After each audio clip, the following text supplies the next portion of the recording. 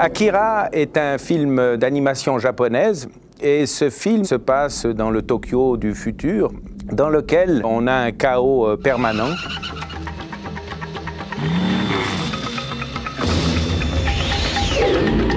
Alors d'un côté, on a des bandes de jeunes, notamment motards, et puis d'un autre côté, on a un pouvoir qui est représenté dans le cas présent par des militaires. Et justement, ces gens cherchent à avoir un grand pouvoir.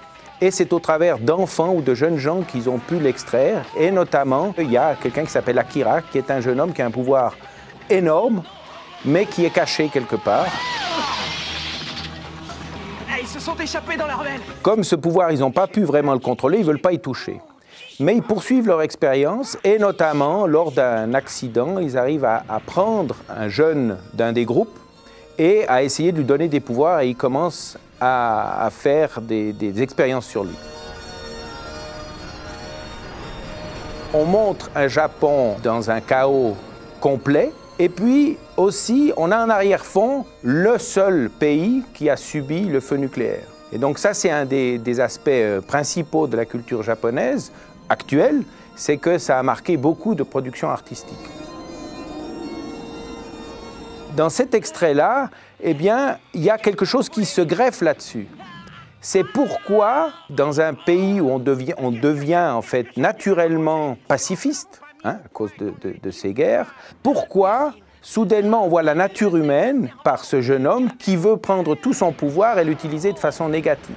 Donc on a vraiment le côté noir de l'humain, et pourtant au Japon il y a tous ces aspects chevaleresques, on a un honneur, mais ce futur détruit tout ça. En même temps, le Japon, c'est le pays où on vit avec la modernité et avec le passé. À la fois, vous avez une culture qui est traditionnelle et en même temps, dans la rue, vous avez des téléphones portables comme on a maintenant, vous les aviez il y a 5 ou 6 ans.